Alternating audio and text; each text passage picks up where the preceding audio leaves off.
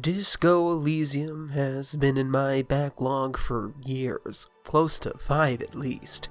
Despite that though, the sheer amount of praise put upon this game, the cultural stranglehold it has had on video game narratives, made me certain that I'd get to it eventually.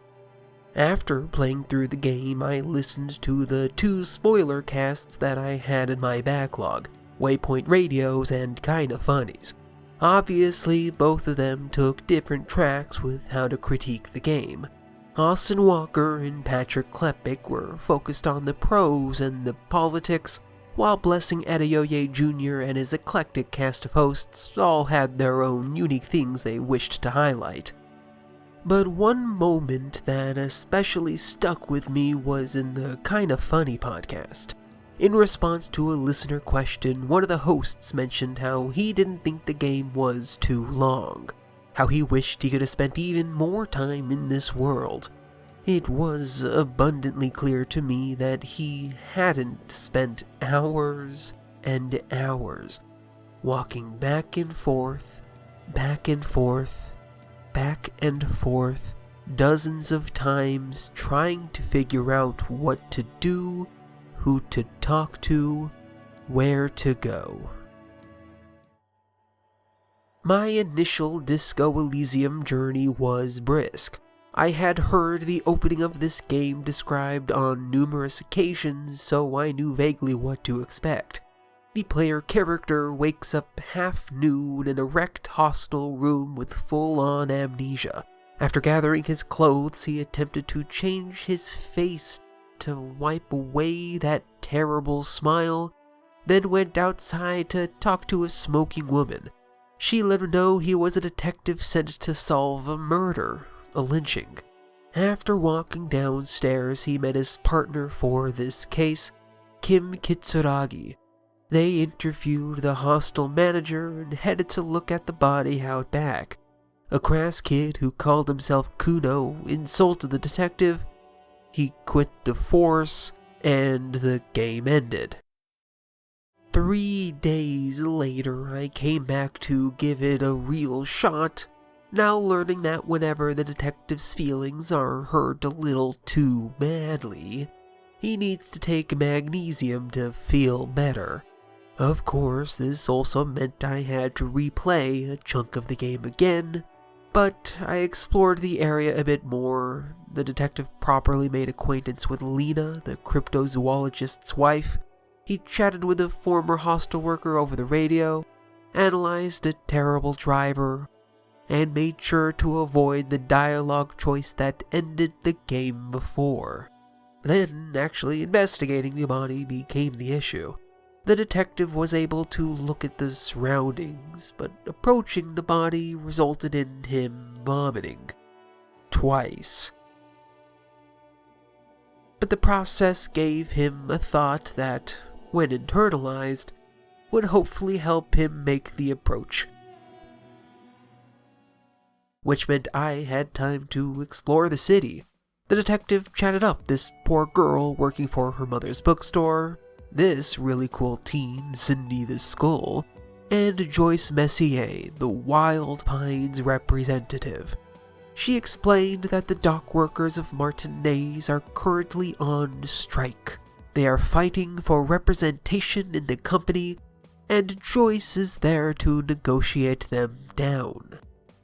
Unfortunately, she couldn't tell any more about the lynching until the detective found his badge, so I continued on. I found a man who might know more about the lynching, chatted up some workers, reported the missing badge, found a locked door I would never find the key to, and then finally got back to the body. The detectives investigated, Kim took a gruesome photo, and then it was time to get the body down. The detective got the bright idea to try and shoot the belt holding the corpse up. Kim missed. The detective shot him in the gut. They would need help from the Union, which presented its own sort of problem. One of the striking dock workers, my main man Mañana, let the partners know that Measurehead was blocking the button to unlock the door to get into the docks. Which is all well and good, there are multiple different ways to handle it, and the game makes each of them very clear. The detective can fight his way through, talk his way through, or find another way around. And I was role-playing. I wanted my detective to be a good detective, one that Kim would like to be around. See, one of the main things I had heard prior to playing was of Kim. Everybody loved Kim, and I was intent on finding out why. Kim asked the detective to not fight the hulking dockworker, so the detective was not going to fight the hulking dockworker. Additionally, the detective did not want Kim to hate him, so he was not going to internalize Measurehead's racist views to negotiate his way through, which meant exploring for a third way was the only way. And for a time, for quite a few hours, this did not pose a problem. It meant exploring the town of Martinez and reaping all the best parts of what Disco Elysium had to offer. The town itself is gorgeously rendered, the post-war slums are beautiful in their decay, in their pervasiveness. The folks milling about, spending day and night in the exact same spots, are always fascinating to talk with. Each character is accompanied by a wonderfully horrific portrait. Some are played more straight, but others dive into more impressionistic and avant-garde and other fine art words I don't have the lexicon for, but appreciated immensely. And these immaculate portraits are accompanied by equally immaculate personalities. Each and all are so distinct. From the superstitious bookstore owner, to the perennially annoyed restaurant manager, to the crass Kuno and even crasser Kuno-S, to the two old men whose game the detective confidently ruined, to the stoned out of his mind pawn shop owner. There is so much enjoyment to be found in each of these interactions. Eventually I learned the bookstore owner was superstitious because all the shops in that building always went bankrupt. And she's right. There absolutely is a curse making these shops go bankrupt. I learned the pawn shop owner is medicated due to him having been a volunteer for a nuclear disaster. Almost every character the detectives meet help weave together the intricate web of backstories that form this tortured world. And the detective's amnesia compounds with what I imagine was an already quite erratic personality, and allows for him to ask the most absurd questions.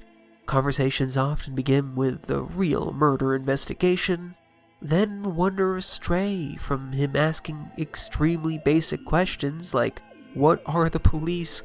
Where are we? Who am I? To the two partners pretending they're paranormal investigators, to him just asking for a slice of salami. The dialogue is then buffered by the voices inside the detective's head.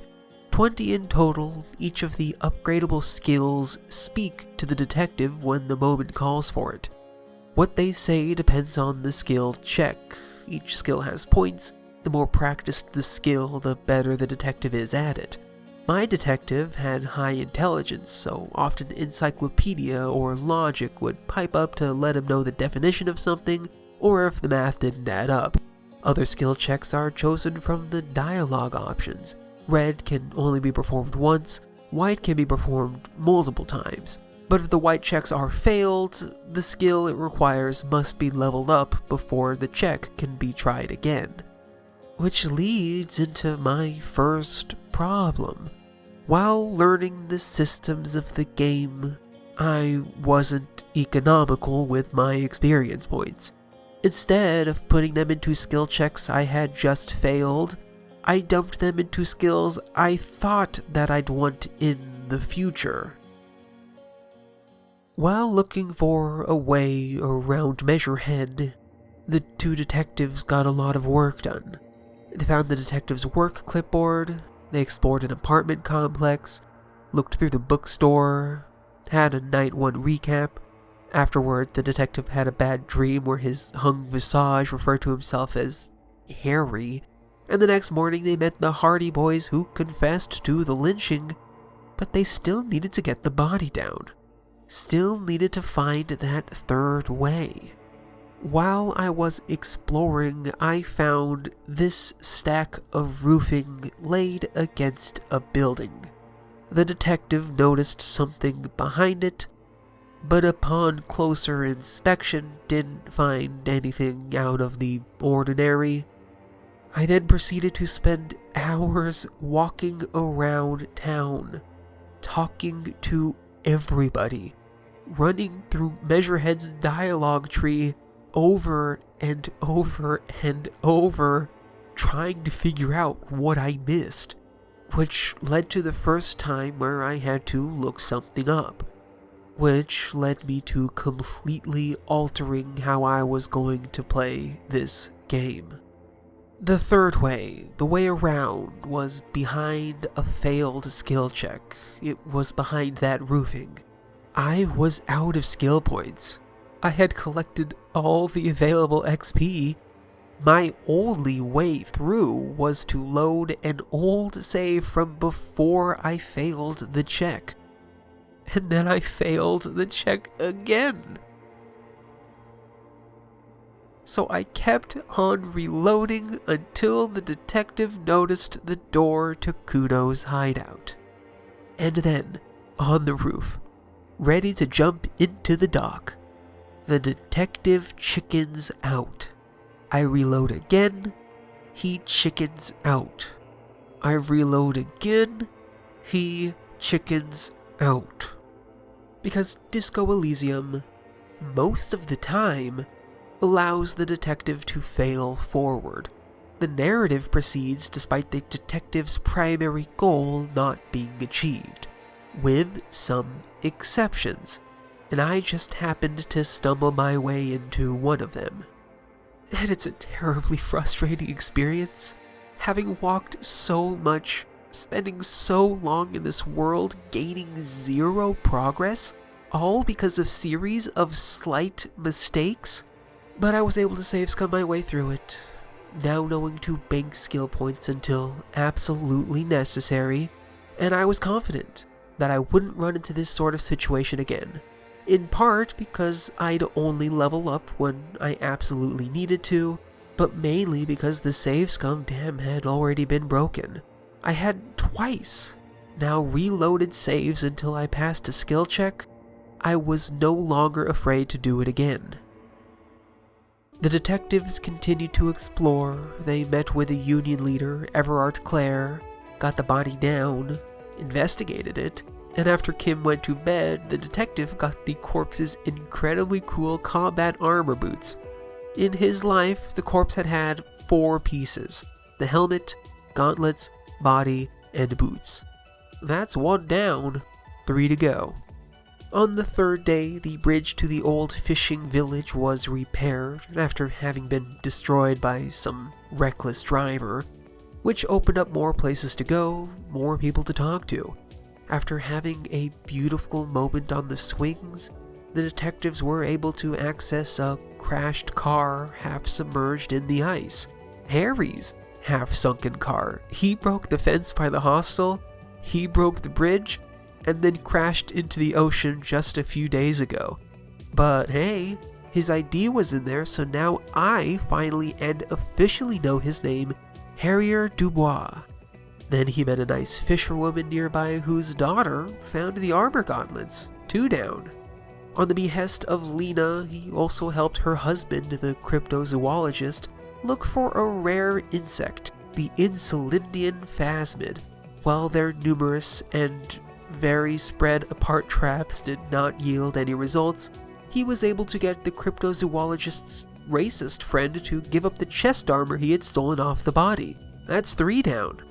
Later, he helped some kids build a nightclub in an abandoned church and in doing so helped a computer scientist research a 2mm hole that is absorbing all sound near it, and discovered that it will eventually absorb all the matter around it, hearkening the eventual end of the world and everything in it. Hey, I'm a computer scientist. Kim took the body to the morgue, and I made the terrible decision to have Harry tell a poor woman that her husband had died. It did not go well, and then right after made the mistake of doing a truly excellent karaoke set and dedicated it to Kim, who was not there. And in my first truly jaw-dropping interaction, I found a man inside a shipping crate. A man so rich that the net worth between him and Harry was so vast that the light bent around him, obscuring his true visage from the amnesiac detective. It was a truly wild moment for myself, both seeing this fantastically altered container, the man's excellent portrait, learning that he was only a single-digit billionaire, and that he shipped himself around the world in crates to save a quick buck. It was the first time in this game where I realized this was more than just an alternate reality Earth. It was taking the events of the game, holding the creator's politics out on a platter, and realizing them in a way that is much more textural than it is in our real world. And also, I had Harry start to rebuild communism again. Many have failed before, but this down-on-his-luck officer would truly do it. At least I would have. I was interrupted just before the culmination of this particular side quest. Because after many hours of doing much of the truly excellent side story quests, I realized I had not furthered the main story, at all. And I was once again in the same rut as earlier, walking around the entire map, talking to every single person, trying to find the one interaction I missed. Only this time, the map had tripled in size. I had even more people to fruitlessly interact with, because I had made yet another faulty assumption. In the case of Measurehead, Harry had 3 separate ways to solve the puzzle, which led me to believe most main story puzzles would have multiple ways through as well. This is not the case. Harry needs to be able to intimidate the Hardy Boys into giving up information. Even if Harry didn't have any levels in authority, even if he hadn't found any clothing to bump that skill higher, even if he didn't have a single skill point left to his name, Harry needed to pass this check. This was the second time I had to look up what to do. Afterwards, it was relatively smooth sailing. I was able to enjoy piecing together this mystery, doing yet another cool mental crime scene forensics, and learning that the hanged man was shot first. The lynching was staged to protect the woman he was with. The duo tracked down the prime suspect. I was amazed by her incredible torture machine, and was able to convince her to leave instead of shooting herself. But on the way back, I ran into the corporate hired guns. This was why I didn't finish communism. You see, Wild Pines had hired this group to intimidate the dog workers. The hanged man was their leader. Now the rest were ready to hold their tribunal over their fallen soldier. Things went as bad as they possibly could have. Numerous checks that Harry should have passed failed. While it almost went as bad as it could have been, Kim didn't die. At least, he was only just shot. Days later, Harry finally woke up, having partially recovered from his own injuries. He rose to see Kuno by his bedside, yeah, the racist kid, who lets the detective know that Kim's recovering in a hospital elsewhere, and then together they went to the last place the bullet could have come from, a rusted-out island off the coast. There they found the actual perpetrator, an ancient vet that's been living on the lam for decades. See, Martinez and Revachol as a whole was recently the epicenter of a full-on communist revolt. The people had finally cast off their chains and revolted against their monarchist and corporate overlords. The capitalistic world responded by forming a coalition and grinding the communists to dust. Now, years have passed and Martinez has been unable to recover. People continue to live, have happy lives, or at least the simulacrum of one, biding their time in this crumbling city. Some, like the union leaders or the bookstore owner, dream big, while most are content on digging out their meager existence. But this one man had none of it. He fled during the initial bombings, during the initial invasion, and has been running since. The last soldier of the communards. But he has not been idle. Over the years he has picked targets. Those he thought were especially vile. Those he thought were the worst disciples of the capitalist agenda. And the lynched man was his latest target. After learning this, Harry and Kuno set out to arrest the man when the most jaw-dropping moment occurred. Harry tells the kid to shut it. All is silent. Then the camera pans north to a cluster of reeds. They shake for a moment, then the Insulindian phasmid rises from the shallow waters, a towering stick bug many meters high, looking down at the amnesiac, and communicated with him, told him of her ancient species, of the world before humans, and how the world after humans would be fully consumed by the Pale. Despite 2mm sound dampening holes existing, despite there being a man who bends light around himself holed away in a shipping container, despite there being an entire hours-long side quest searching for this very insect, I was not expecting this game to go there. It was a truly beautiful moment, and Harry shared it with a homophobic kid. The creature left. In its nest was the scope the communard used to aim at the mercenary, as well as the helmet. After some light internet searches, I thought I had missed out on getting the full armor set, so this moment of elation was exemplified when I was able to put Harry into this powerful paraphernalia. But the whole ordeal made the communard catatonic, so the constable and the kid left to gather him later. Then Harry was at his own tribunal, his own police squad interrogating his mental well-being. But because I had him play the good cop and hadn't drunk a drop of alcohol, Harry was able to clear his name and inducted Kuno into the junior police. I didn't feel as satisfied as I wish I had, so I immediately loaded up a save from right before the first tribunal, right before Kim got shot.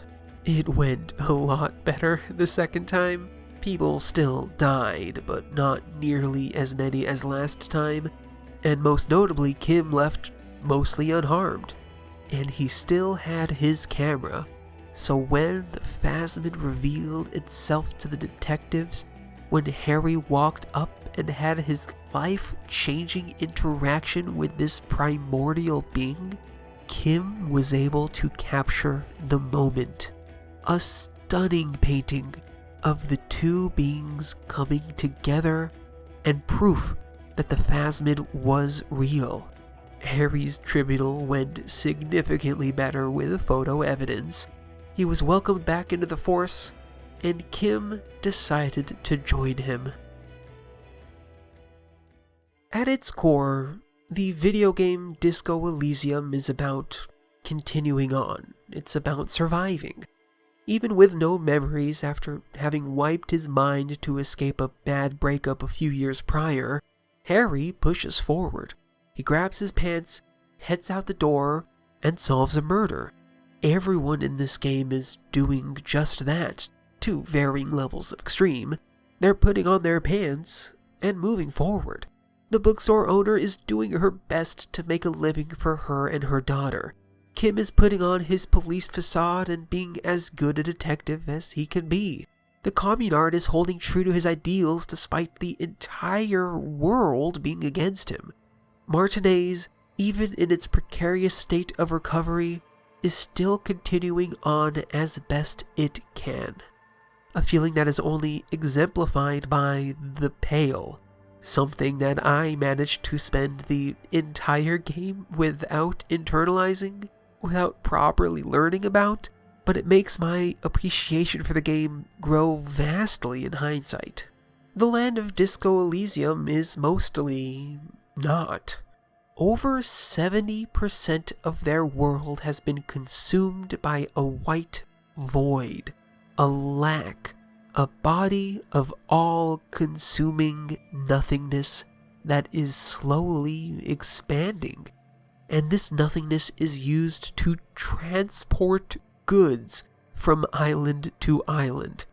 And these goods, the production of them, the extraction of the resources to craft them, the humans who make, buy, sell, capitalize off of these resources, these products, these goods, their existence is creating the Pale.